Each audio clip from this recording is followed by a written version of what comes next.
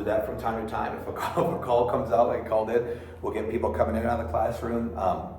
Hopefully not a lot of interruptions, but we'll just keep on going like that. Okay, again, water hammer. We want to make sure that we close it, open it very slow. We've seen the mains, if you open it and close it fast, you can bust the main and we won't get any water. Okay. Specific to dry barrel hydrants, completely open and close the hydrant. Why? We want to completely close that hydrant because we want it to drain.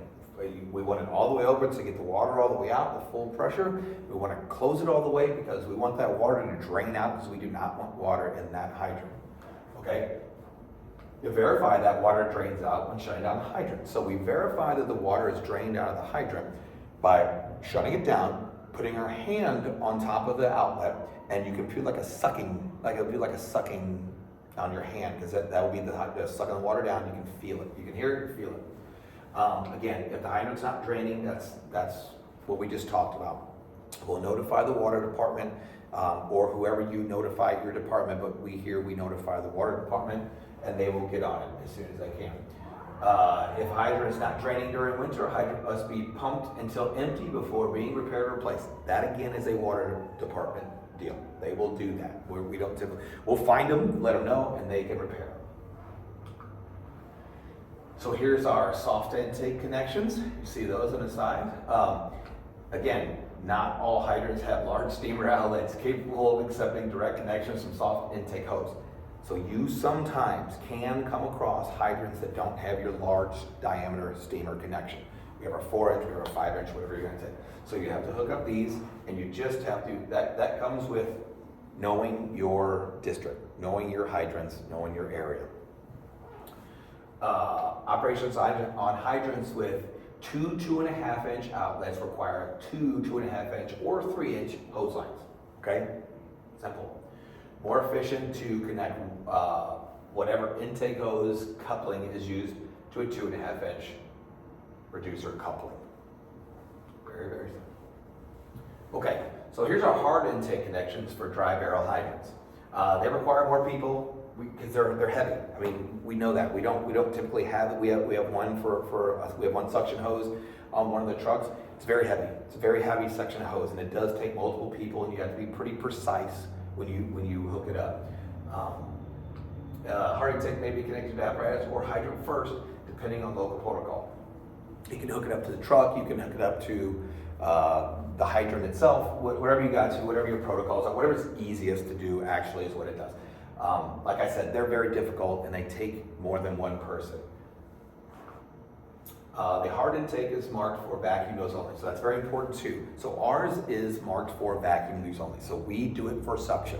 We will do it for dry barrel suction. It's a suction hose, large diameter suction hose.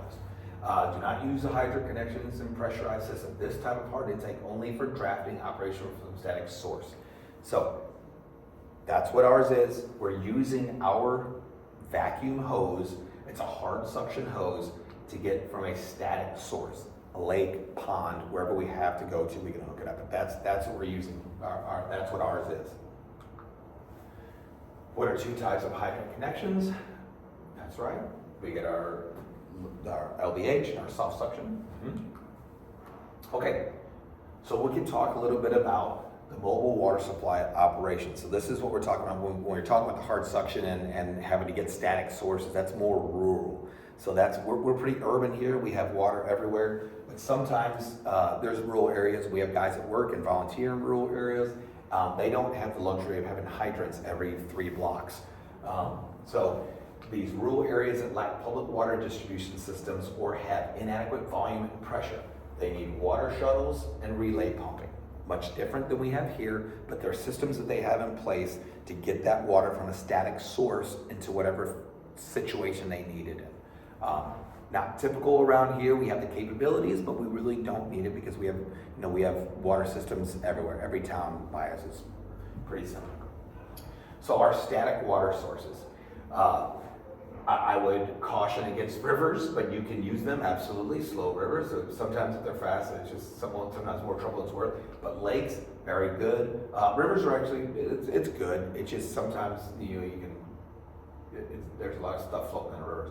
Portable water tanks, very good. above ground, animal watering tanks, anything that carry, they're usually not that big. Swimming pools.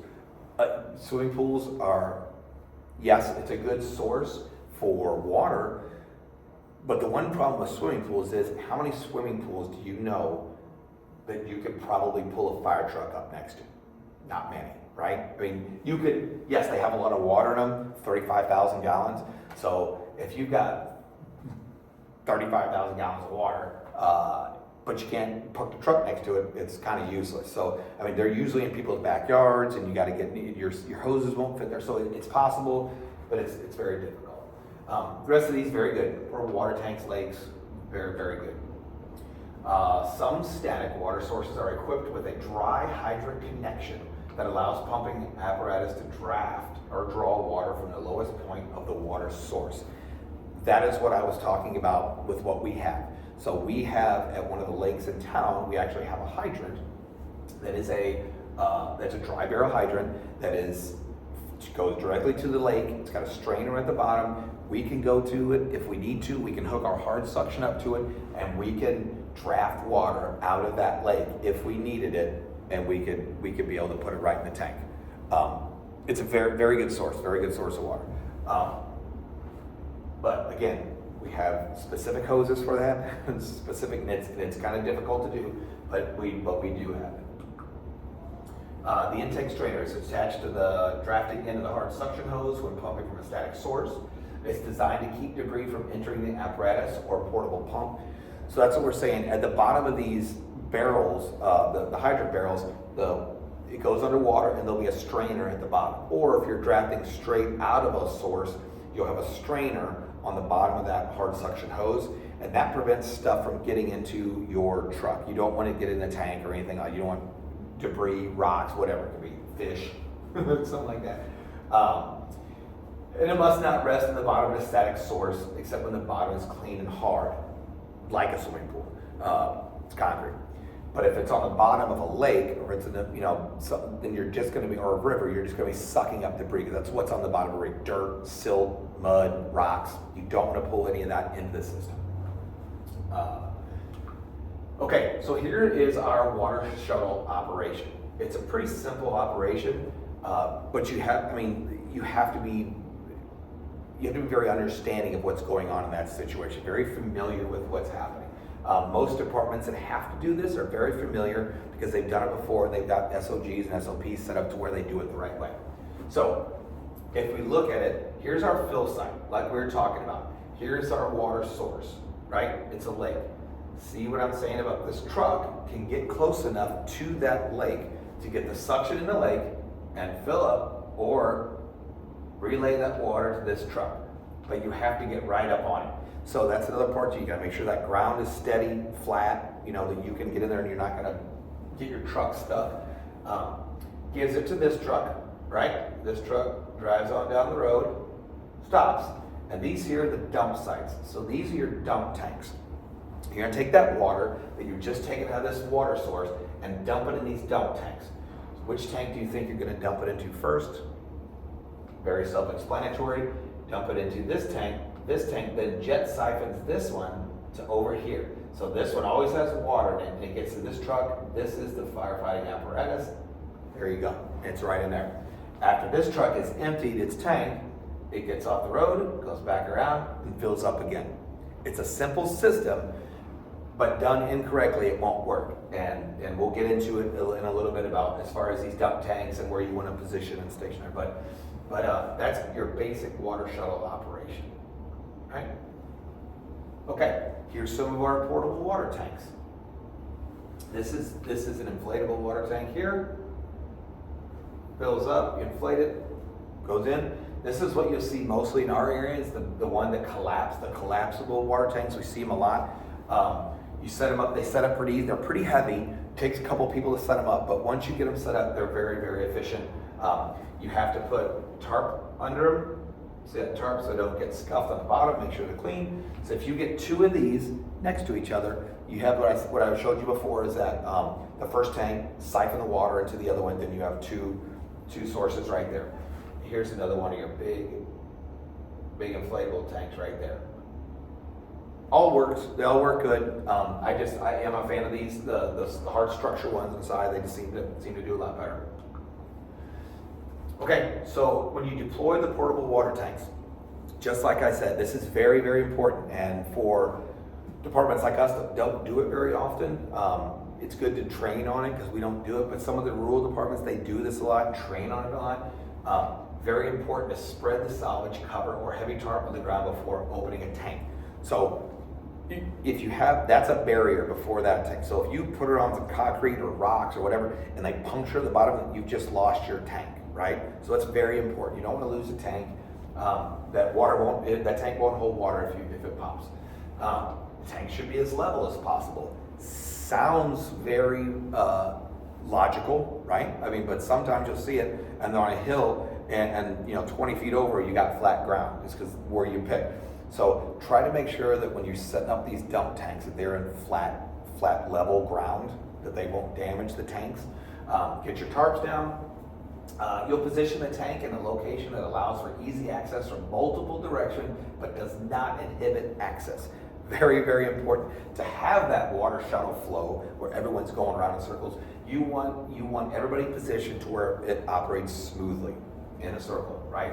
Not in the way. The discharge outlet should be on the downhill side. That's pretty simple. That's gravity. You set the tanks up so more than one apparatus can offload at the same time. Again, if we set it up the same way, and all this is also, you do with what you have. This is optimal, right? You'd like to have this, but you can't always have that. You don't always have that much space. You take what you have and you get, if you can have more than one truck offloading into a tank, that's awesome. I mean, that's perfect. That's what you want. But you can't always get it. Clean and dry the tarps and tanks before storing them. Very, very important. Just like when we hang hoses, we hang them so we keep them dry and clean. We don't want mold, we don't want mildew, we don't want them getting scuffed or messed up, or anything like that. See this thing, kick back a little bit. All right, so using multiple water tanks. One tank is used for the attack pumper, right? That's what we said, the far one. The mobile water supply apparatus dump into the other tanks. Here's the jet siphon that I was telling you about. So this jet siphon will go from one to the other. It'll get you, from one tank to the other tank, so it fills that tank. So you want to fill the far one, so the firefighting apparatus can always get water from that closer tank. Okay, uploading mobile supply water, or uploading mobile water supply apparatus. Okay, so we can do gravity dumping, we can do jet assisted dumping, apparatus mounted pumps. These are all ways to get that water from the tank to the tank's tank, right?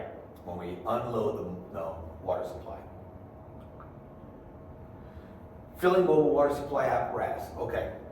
To fill quickly, use the best site or hydrant available.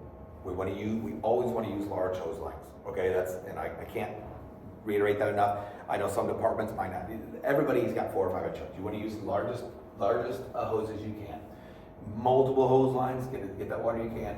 The pumper for adequate flow if necessary. Multiple portable pumps if necessary. So you might have to have multiple pumps on site to get it going. What types of situations may require the use of a mobile water supply?